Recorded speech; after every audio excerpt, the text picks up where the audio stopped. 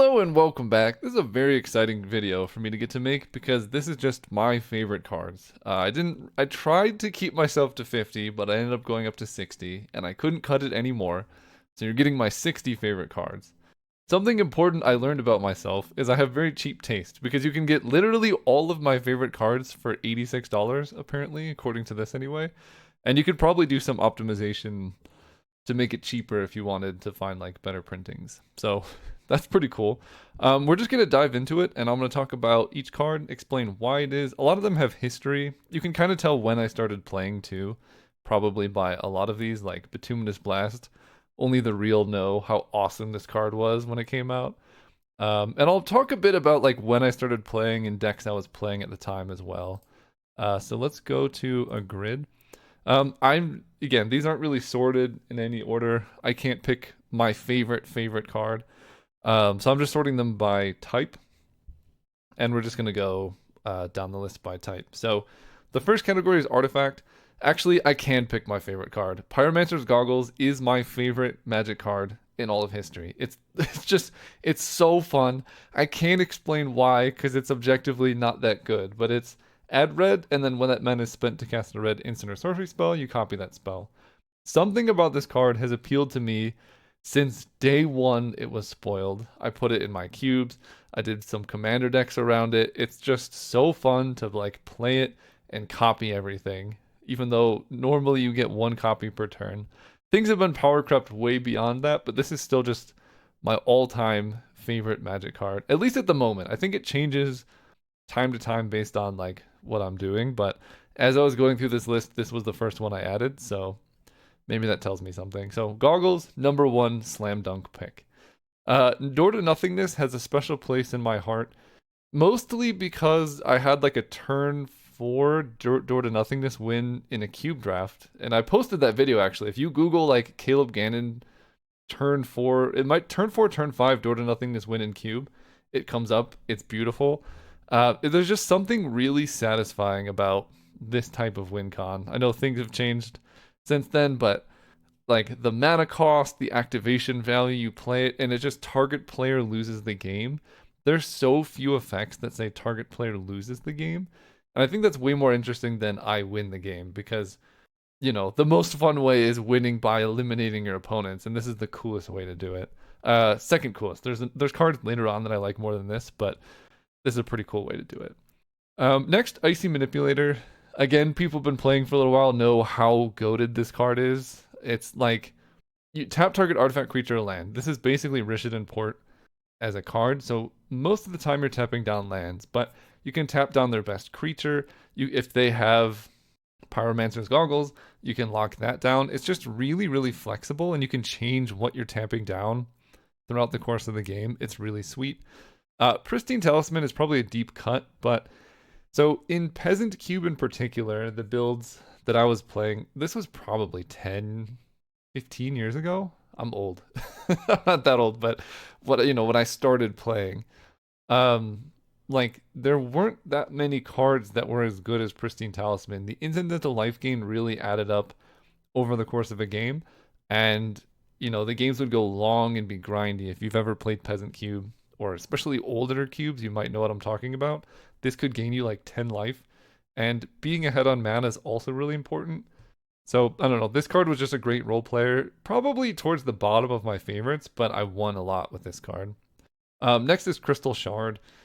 So, this is 3 in a tap, or blue in a tap. Return target creature to its owner's hand unless its controller pays 1.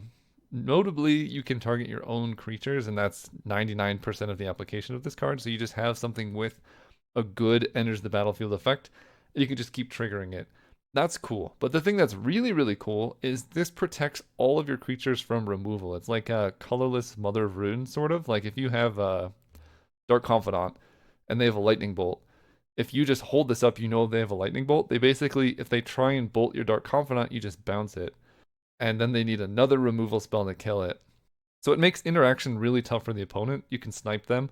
Sometimes you get your opponent to tap out, and then you snipe their best creature with it. Like it's a lot of value for a small card. Just a really sweet thing going on there. Next up is creatures. There's a lot of them. They're just sorted by mana value. So Some of them stand in for categories of cards, like Ramosian Sergeant is just Rebels. I love Rebels. It's a really like repetitive play pattern, so if you play Rebels a lot, it gets kind of boring, but hopping in and playing a Rebels deck every once in a while is just sweet. There's pretty much nothing else like it. For probably a good reason. I don't think it's the best like gameplay, but I just love it. It's cool. You like play a rebel that finds a rebel that finds a rebel. It's sort of that exponential growth that's really fun, even though you're limited by mana. I've played quite a few. I've posted a couple videos of like 250 card decks in Pauper. So if you Google like Caleb Gannon big deck or something, those will come up. And like the rebels really held that deck together because you get this really cool tutor package. Because there's like a decent diversity of rebels. You can get changelings too, and now there's a lot of changelings that do some things. So love this card. Spore Frog, it's just fun. Spore Frog is probably the most loopable fog ever made. We love a fog. We love a frog. We love a fog frog. It's just great, especially in conjunction with Tortured Existence, which is a card I'll get to later on. That it's like the easiest way to recur Spore Frog. Sweet card. And really iconic art too, I think. Next, Azorius Guildmage. This card is just good in cube, limited. Like the environments where you're playing with this card, it can completely take over a game because it denies creatures from attacking. Like you could just tap creatures who are going to attack you, tap blockers that are going to come up. This just takes over the game. And then 3-mana counter target activated ability. There's a lot of, if they have Crystal Shard, Door to Nothingness, Icy Manipulator. There's a lot of activated abilities in the format that this card was played in, mostly cube related, but just any kind of limited environment, this card is a house. You need mana, but if you have the mana, it's so good. Next, Dark Confidant doesn't really need much explanation. I think most people are familiar with this card. It's just you play it early, you draw cards, and somehow the life loss and reveal makes it like more satisfying. If it just said draw one every turn, I think I would like it less, even though it's objectively better. But the question, the gambit of like, am I gonna hit something that's gonna hurt me? I don't know. It's more fun that way. Maybe that says something about me, but maybe I don't know. It's just a fun card. Then Floating Dream Zubera. This stands in for all Zuberas, although this one's the best by a large margin. It's just fun to have something that scales based on how many times it dies. There's a lot of combo decks based around this where you kill your Zubera, bring it back, kill it again, now you draw 2. Kill it again, you draw 3. I've posted a couple Pauper videos about it, so if you just search for those, it's a lot of fun. Other people have too. I think the Epic Storm, Bryant Cook has posted quite a few since I stopped posting those. So go check those out. Petalmane Baku is sort of a personal favorite because I made this really unhinged Spirits Arcane deck, and this was basically the engine that brought it all together. The remove X key counters from Petalmane Baku, add X mana of any one color to your mana pool. Zuberas or spirits, things like that. You play a bunch of Spirit Arcane spells, suddenly this is generating like 6 mana. It was pretty cool, and that deck was one of my favorite decks that I've ever made. Yeah, probably just Google that one as well. It was like Pauper Spirits or something like that. Sweet deck. This card was so fun. River Hoopu. I can't even explain why this is my favorite, but I've played with it and you have it in play. You're sitting there with mana up and you just feel like you can't lose. I think the combination of life gain and card draw on a repeatable effect means that your opponent, like you can race or you can stop your opponent from racing you because you're gaining life and then you're gaining cards. So it's just really daunting for your opponent to try and get through. They have to kill it on site, and if you wait until you have 7 mana to play it, you're drawing a card gaining life when you play it, or you have a Crystal Shard, and then if they try and kill it, you bounce it. It's cheap. This card is just sweet, and if you've ever played a like limited environment where this card is good, it does a lot of stuff. Willbender, it's iconic. I don't know, this card, when it's turned face up, so more if you put it in play face down and then spend 2 mana to flip it up.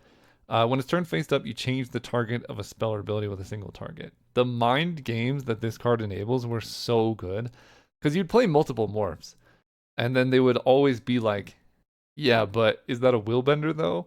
And they would have to guess every time. If they try and kill it or try and kill something else, you can target it at the Willbender.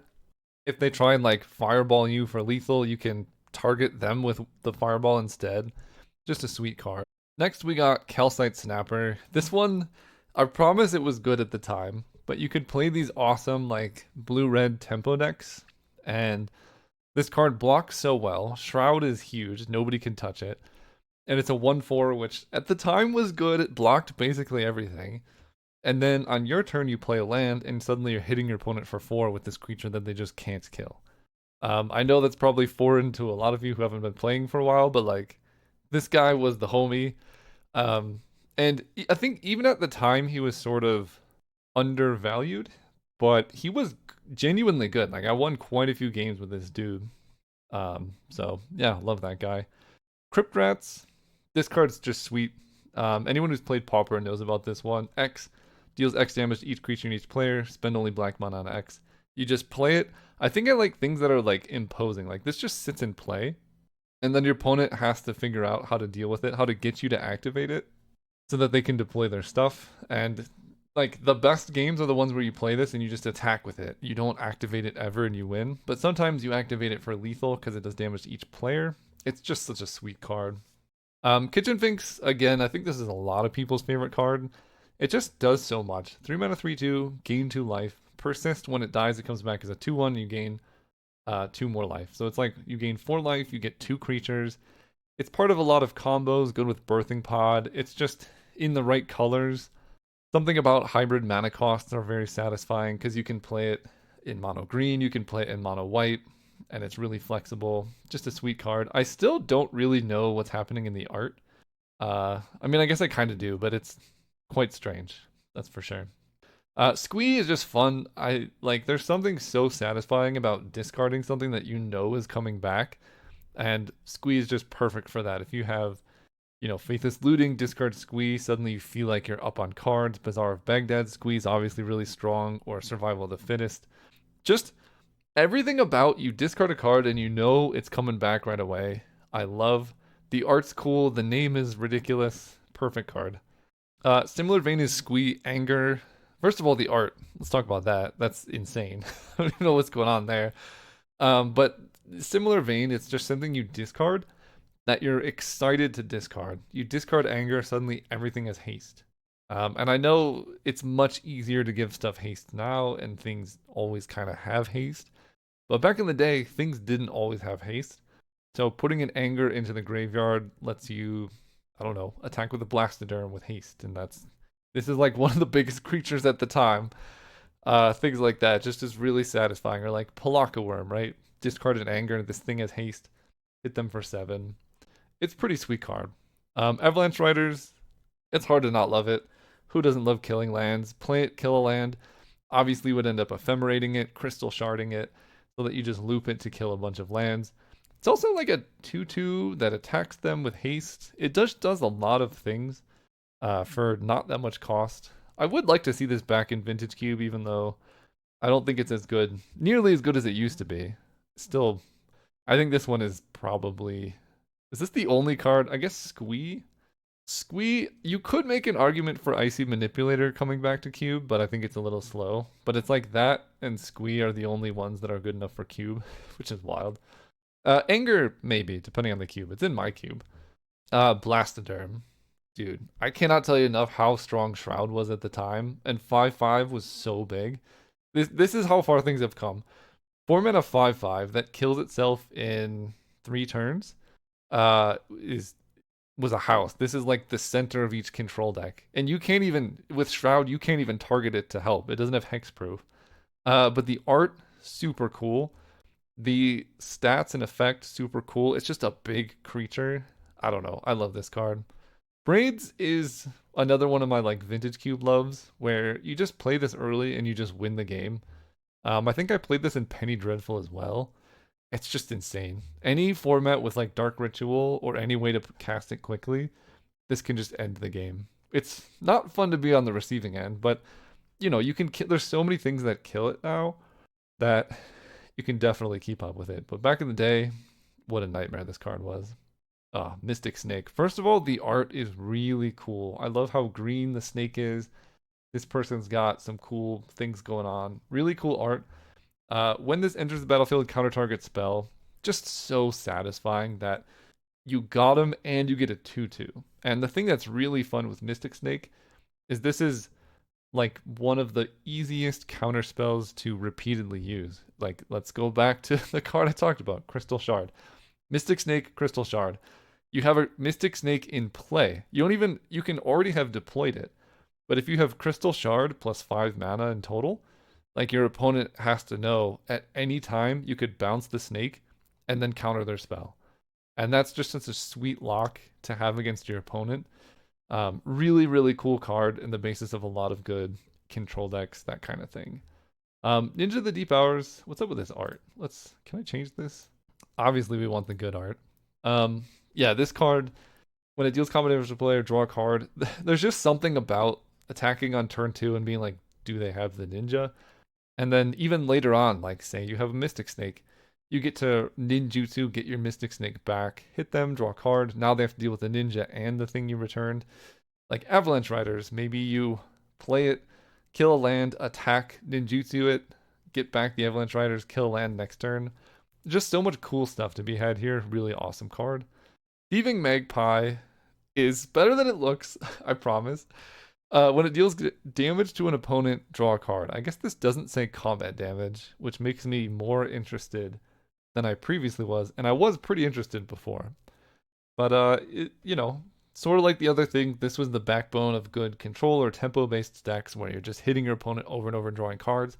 In contrast to the ninja, this has flying and 3 toughness, which makes it pretty hard to kill in the formats that you're playing a card like this in. It was just sweet.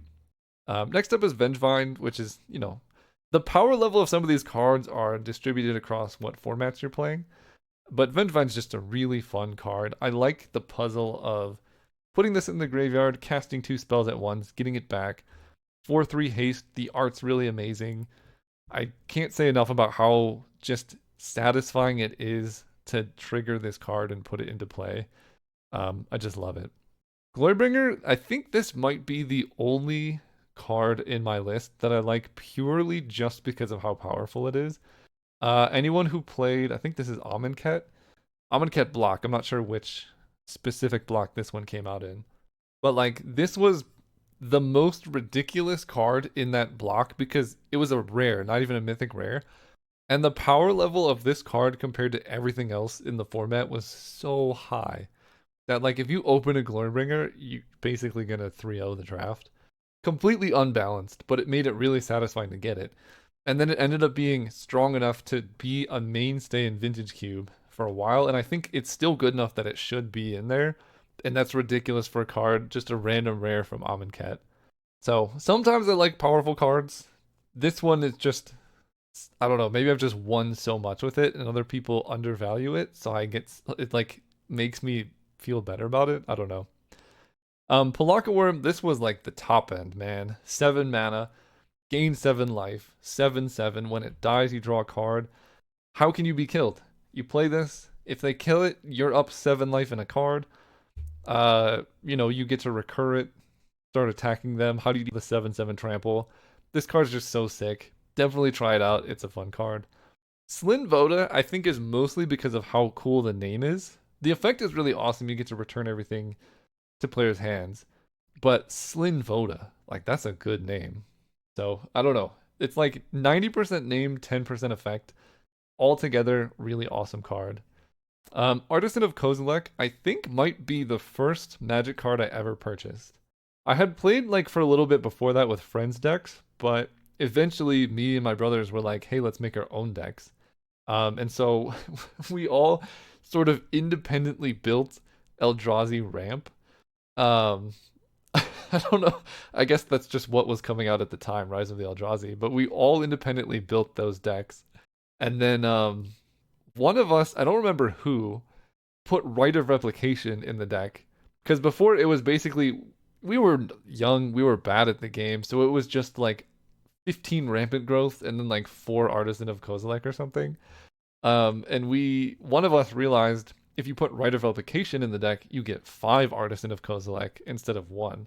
And you can target the opponent's stuff too. So then it became this weird metagame of who can play the most Artisan of Kozileks and then who can get like 5 copies of them. And then the Annihilators would attack into each other. It was so fun. It was really sweet, but in hindsight, really, really bad. But the art on this is just incredible. This like gradient here from green to like blue to purple is really satisfying, and then the colorless frame, is perfect card. Absolutely perfect card. Maybe just me because it's basically the first Magic card I ever purchased, but there you go. Turns out I don't like enchantments that much, but these are some near and dear to my heart, and I'm going to talk about the weirdest one first, which is Necrogenesis. This one probably seems like a terrible, terrible card, but this was in Peasant or Pauper Cube, which is what, like, almost all of my Magic history, I basically just played Peasant and Pauper Cube because that's still my favorite format of all time. And this card, so much about those cubes is like creature recursion and controlling the board and getting these incremental win conditions that you slowly slug out. Like the games are pretty grindy. And this card, for some reason, the exile is really important for stopping your opponent's recursive of threats. But then the creating 1/1 green sapperling is actually kind of sick to give you a win condition. So this was actually like a really good control card, like a sideboard card that ended up being main deckable, because if your opponent's trying to like enable anger, recur blastoderm, you can exile kitchen finks in response to the persist, things like squee. There's just so much stuff that this card did. And maybe now that I'm better at the game, I would find out that it was just bad. But at the time, I was winning a lot, obsessed with it, and it was really cool. So love that card. So that's what that card is. Tortured Existence is just awesome. There's so many decks built around it. That's what I was talking about, Spore Frog. This is the easiest way to loop Spore Frog because you play Spore Frog, sacrifice it, and then trade another creature to get Spore Frog back. This is just the best like toolbox card ever made. Maybe not the best, but the most fun. So yeah, I've posted a ton of videos playing this in Pauper and stuff. It's just awesome. Seismic Assault, discard a land card, 2 damage to any target. Not too much to explain here. There's so much cool stuff you can do. What is this art, by the way? I don't know why they default to like all these weird. Go back to Exodus. Honestly, that might be before my time. I think I got in at 7th edition. Yeah. 7th edition, not foil. This is the one I played with. I think it was whiteboarded as well.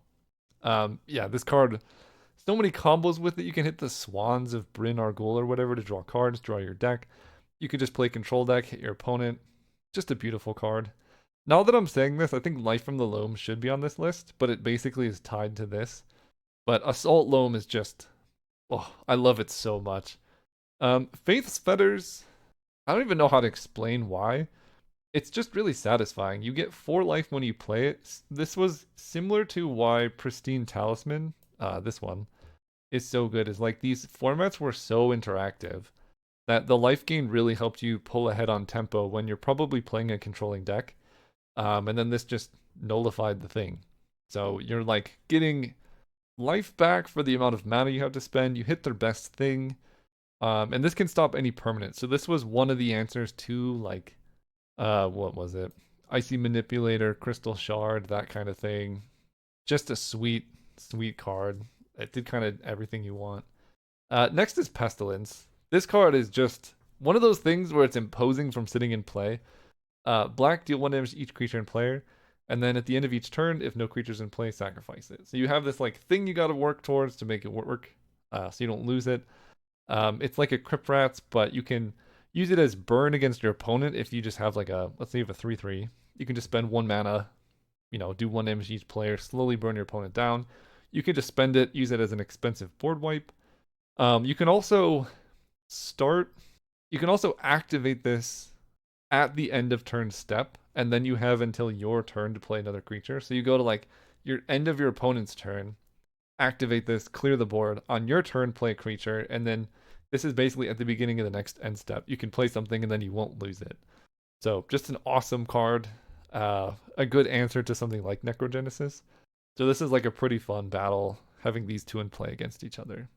All right, instants. Some of these are pretty obvious and some need some explanation. Mana Tithe, just good. Very, very satisfying. I will mention, I think people maybe confuse what I say when I talk about this card, but Mana Tithe is mostly good in clunky, expensive cubes like the Magic Online Vintage Cube, Legacy Cube, Modern Cube, things that are based around resolving these like 4 and 5 mana plays.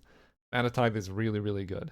Mana Tithe is not amazing in general, especially in formats that are a bit lower to the ground. Like if the curve of your cube is mostly centered around twos, Mana Tithe gets quite a bit worse because the opportunity cost of playing around it isn't that high because you could just go like one drop and the next turn two drop, um, or like turn two one drop, turn three two drop, that kind of thing. So I love it. It's not good in every format, but the main format I post videos of, it's incredible. So I like it a lot because it just wins so much. Lightning Helix. This one is like a combination of the art and I think just incidental life gain just feels really good. There's also something really satisfying about burning something and then getting that thing back yourself. I think just perfect card, very simple, straightforward, love it. Sprout Swarm, I don't know if this should be on the list because I actually didn't end up playing it that much, but I like the like potential this card has because it's like a really slow kind of exponential growth where you play it, make a sapperling, and then this has convoke and buyback. So the more sapperlings you have, the more sapperlings you can get, and you just keep going, keep going, keep going, and eventually you flood the board and win the game. This is like one of the best ways to just have inevitability in a matchup because you're just going to be trading back and forth things, but if they have to keep killing your infinite army of 1/1s, eventually you're going to take over. And the art is amazing. I love this art. Next is Electrolyze. I mean, pretty straightforward. 2 damage divided as you choose among things and draw a card. So if you Electrolyze, kill 2/1/1s and draw, that's so much value for so little. Even Electrolyze, kill a 2/2 and draw, also incredible value. The art's great. I love this card. Kind of sad it's not in Vintage Cube anymore. I don't know if it's too weak, but I would like it back. But it might be too weak, I'm not sure. Exclude, this is like the OG cryptic command. Counter target creature spell, draw a card. 3 mana. It just, you just have it up, you get them. It's kind of similar to Electrolyze. Like if you get to exclude a creature, you just feel so far ahead. And especially if you're excluding a creature that would have had like some insane end of the battlefield effect, like you exclude a Palaka Worm or Slin Voda, a lot of these things, Mystic Snake. It's just, oh, I know Cryptic Command now is really good and stuff like that, but this card is still legit. Solvatara is a very specific card for a very specific deck that some of you already know what I'm talking about. So in Pauper, I figured out there's actually 2 of these. There's Solfatara and then there's another one. And they both are instants that say you're like a player can't play lands and then you get to draw a card. And they cost 3 mana. And so what I realized is if you bounce their lands, Boomerang starts at 2 mana, return target land to its opponent's hand, and then just every turn you Solfatara them, you can like hard lock them out of playing lands for basically the entire game. Because you can get up to 8 of these in a deck, in a constructed deck, because there's basically 2 copies of this. And it actually worked. It worked like surprisingly well. So yeah, if you want to see that, go check that out. I don't even know what the deck was called. It was in Pauper, but it was something. It actually worked really sweet, and I just think the fact that this exists is insane to me, and it's so fun for me, not fun for the opponent. Mystical Teachings, similar to other cards, this is just the best like toolbox card ever. And the fact that it has flashback means if you're playing this in a constructed deck, you can Mystical Teachings for a Mystical Teachings as like this really convoluted form of card advantage because now you have one you can cast and then one you can flash back. It was awesome. Like you could find Mystic Snake because it's not just instants, you can get creatures that have flash. You can build your own control deck. The artwork is incredible. It's just there's very few better feelings than having like a Mystical Teachings, maybe 10 mana in your hand and you're like the board is clear. You can find counter spells, removal, creatures with flash. You can get whatever you need at any time. Beautiful card. And yeah, just the sinking feeling you get when your opponent teachings for a teachings at end of turn, you're already behind and they do that, and then they've just suddenly gotten even further ahead is peak. I love that. And another example of a card that you could teachings for, Bituminous Blast. This card, it's hard to overstate how sweet this card was at the time, and still is. 4 damage to target creature and cascade. So like, you kill a creature, get a creature of your own. They try and kill something, you kill a creature in response, get a counter spell. Bituminous Blast into Teachings. Like you Teachings for a blast, cast a blast, and then cascade into Teachings again. It's so much value. 5 mana is a lot, but it's sort of like Bloodbraid Elf Doomblade all in one. Beautiful card. There's only 2 lands on here, and this represents all bounce lands, which, if I'm being honest, I think bounce lands probably go in like my number 2 all-time favorite slot. It's like Pyromancer's Goggles, then bounce lands, because it's card advantage on the land. They're a little complicated to understand why that's so good, but they're so good. I think there's very few lands that give you, I don't know, it's just so hard to get value out of your lands, and these do it. They draw you a card basically with very little work involved. They fix your mana. They have some cool things where they add extra mana if you untap them. You could do things like Primeval Titan, Amulet stuff. I don't really play Modern, but I think that's a very dominant archetype in that format. So they just do so much for so little, and they fix their mana. And also, I think the gambit of the tempo loss, if this gets killed, is really fun because you're being greedy by playing them. So if someone strip mines your Simic Growth Chamber, like it feels bad, but it's just a tempo loss. It's not like you're down that much. So I think the like bounce lands are pretty skill testing, which I like, but they also just feel good. And then strip mine is very similar, strip mine and wasteland. I like them so much because these are symmetric effects. Like if you strip mine your opponent, that's identical as if your opponent had strip mined you. Obviously, the difference is in targeting because you can hit their key thing. But there are many games where my opponent strip mines me, which, if you think about it this way, if you play a forest, your opponent strip mines you, it's like they turned your forest into a strip mine that you got to hit them with. There are times when I'm happy with that exchange. So it makes this more of a skill testing card than just these like pure value, like you're always gonna do it type cards.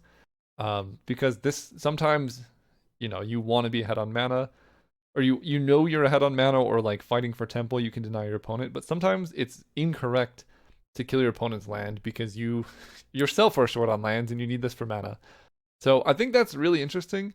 But then these type of cards, Strip Mine Wasteland, also give you just like a different angle of attack. Stuff that turns lands into interactive pieces that are genuinely interactive, I think is really cool because, I mean, I've said it before, I think the land system is very deeply flawed in Magic, but things that overcome those flaws, like turning lands into pieces of interaction, is really awesome.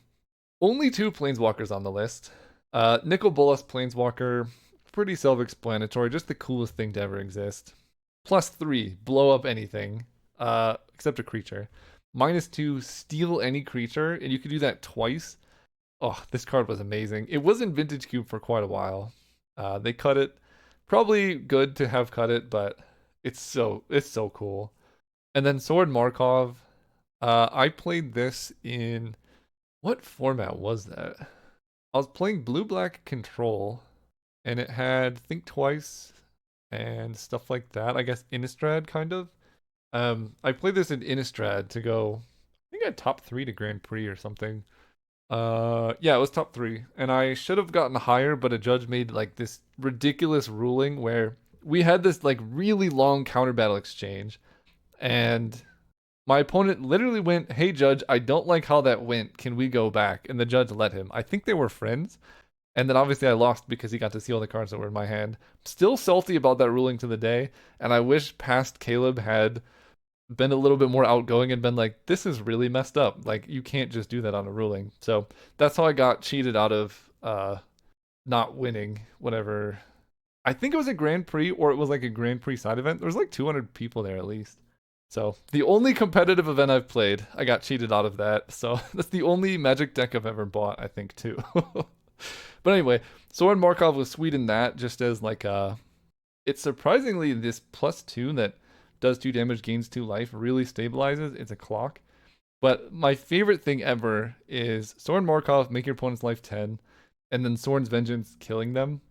Amazing. I think Soren's Vengeance I like about 20 times more than Soren Markov, but the fact that they work together is very satisfying. So that's there. Okay, onto this Explore. Maybe I don't like enough to be on here, but I like it a lot, especially with bounce lands. Like my favorite thing ever is just going like land, or like play explore, play a bounce land. It's very, very satisfying. Um, and this was part of probably my favorite constructed deck ever. So I made Fischlbrand, which if you haven't seen that, is based on Rush of Knowledge. Probably my most famous. But my favorite deck ever was Collected Conjuring. You can probably find this on my YouTube channel. It has quite a few views. But it was Collected Conjuring with Explore and Bounce lands to give you like card advantage and tempo. And then it was like smallpox. So you would like play Collected Conjuring. You get to find two cards that sorceries three or less, and you would just like smallpox your opponent twice, and then you're ahead on lands because you can also hit Explore off Collected Conjuring. It was so satisfying, so fun, and it genuinely worked. And the thing that made me feel, I don't know, maybe it's conceited to say, but like nobody else could replicate the success of the deck except for me. Like I played it and won a whole bunch, and then I posted the video and a bunch of other people played it, and they like the win rate of the deck because Penny Dreadful they post the statistics publicly. The overall win rate was so low. So I felt a little good that either it was just because people had no idea what I was doing and couldn't like play around it because they're like, what the heck is this deck? Or maybe I like knew how to play it in a certain way. Either way, it was so fun. So definitely go find that video if you haven't seen it. It's sweet. Lightning was just good value. I don't think this was in the Collected Conjuring deck. It might not have been in the format at the time. But discarding cards, damage to the player. Really simple effect, just so satisfying. You play enough Blightnings over time, you're winning the game. This is basically like everything Divination wishes it was. Because you're going up card advantage, doing damage to your opponent. Sweet card. Bonus round does things that other Storm cards don't, and I just love it. I think the biggest reason why I love bonus round is the fact that it's a spell itself that makes spells copy. And that is ridiculous because you can play a bonus round and then play another bonus round, or if you play a bonus round and copy it, now all of your spells like triple copy. And then if you can return bonus round to hand or like Pass in Flames, play it, like your spells are copying like 6 times. It's amazing. So I love this card. I don't think they've really printed something that has this type of scaling, and it's just amazing. And I think the thing that's really clever is it gives your opponents the scaling too. So it's not like you can, you bonus round a bunch and you Blightning them to death. They just need one counter spell to stop it. So they thought about the interaction aspect of this, which is really cool because if you play, a 10 copied Blightning, your opponent plays one counter spell and they can counter all of your 10 Blightnings with one counter spell. So it keeps the interaction essentially the same as if you hadn't played bonus round, but it makes the potential higher. And I love that aspect of the design of this card because I don't know, it's like still high stakes compared to if you just had 10 Blightnings, you're like, oh, I win. But if you have 10 Blightnings against 10 counterspells, it expands the battlescape, like the range of the battle, while keeping the same type of stakes where like counterspell answers thing. But if they don't have a counterspell, the stakes are like, then they instantly die. So I love it. Aether Mutation. So I don't know how many of you have played. This was like the original Magic games that came out on. We played it on the Xbox. That's how I like first found the game. I wish I knew the name of it. It was like Magic Duels of the Planeswalkers, but I think Duels of the Planeswalkers was the one that came out later for Windows. It was whatever one was on the Xbox, and there was like a deck that had Aether Mutation in it that had some Eldrazi and some other stuff. And this card's just so sweet. You get tempo of bouncing a big thing, and then you get a bunch of saprolings based on how big the thing was. So it's like already bouncing a big thing feels good, and then getting saprolings when you bounce a big thing is like double satisfying. So like young, very new to the game player just loves this thing. Grizzly's Fate probably doesn't belong on here, but there's a couple like green cards that make a bunch of tokens, like Tristani Summoner, Bestial Menace. I think it makes like a snake, a bear, and an elephant or something. There's one that makes a bunch of wolves based on how many forests you have. This one makes bears, and if you have Threshold, you make a ton of bears. So this, I guess, represents all of those type of old school green cards that made a ton of tokens that were just really awesome late game plays. If you're playing a control deck, stabilize the board, whatever. Suddenly, you have threshold late game. You play this, you get 4 bears, and then you have flashback to make 4 more bears. This was very dominant at the time. This was such a fun late game card. I'm noticing a theme with my cards. Ribbons of Night is sort of like Lightning Helix that also draws a card. Deal 4 damage, you gain 4 life. If blue is spent, draw a card. It's just great. Kill something, gain life, draw a card is like the ultimate stabilization play in like a control deck because you're pulling ahead on cards and life total. I just loved it. Rush of Knowledge kind of represents the entire official brand archetype. For those who haven't seen the deck, first of all, go Google official brand. It's so fun. It's like the one of the most interesting pauper decks ever made, where you had creatures with delve, and then there's energy tap, which is like tap a creature you control, get mana equal to its mana value. And then there was another one where you sacrifice a creature and you get mana equal to its mana value. And then you played Rush of Knowledge. And so the deck was basically get your graveyard full as quickly as possible to put down like this really expensive creature with delve. And then you would tap it to get a bunch of mana. And then you play Rush of Knowledge to draw like 8 cards. You'd still have extra mana. Then you'd sacrifice your thing to get a ton of mana. And then you'd refill your graveyard, play another delve thing, tap it, Rush of Knowledge. You'd eventually draw through your whole deck and kill your opponent. It was pretty good. Next we have Void. I think this is one of the more skill testing cards, which I really like. Choose a number, destroy all artifacts and creatures with mana cost equal to that number, and then target player reveals their hand and discards all non-land cards with mana value equal to that number. So you get the board wipe aspect, that's sweet. You get the hand discard aspect, that's sweet. Doing those both in one card is really, really fun. Because you can play mind games of trying to set it up so they have all their 2s in play, kill those. Or maybe you see their hand and see a bunch of 3s, so you try and get them to like play a 3 and kill it. I don't know, just a fun card. Mind's Desire I think is the most satisfying Storm card. That's why I chose it, because it's so versatile. You can hit Emrakul off Mind's Desire. You can hit other Mind's Desires off Mind's Desire if you're playing Constructed. You can hit Time Twister off Mind's Desire. There's very few things more satisfying than resolving this and like doing the shuffle and revealing what cards you hit. Especially a Mind's Desire for like 5, when you're like, I don't know how this is gonna go. Very few things better than this feeling. So I love this card. I wish it came back to Cube. I understand why it's not here, but I think this was like the last thing holding Storm together. So if it's not there, it's pretty hard to make Storm work. Speaking of Pyromancer's Goggles, this is like the best thing to Pyromancer's Goggles. Target opponent sacrifices a creature, discards 3 cards, loses 5 life. You get a creature card from your graveyard to your hand, draw 3 cards, and gain 5 life. That's a lot of value on one card.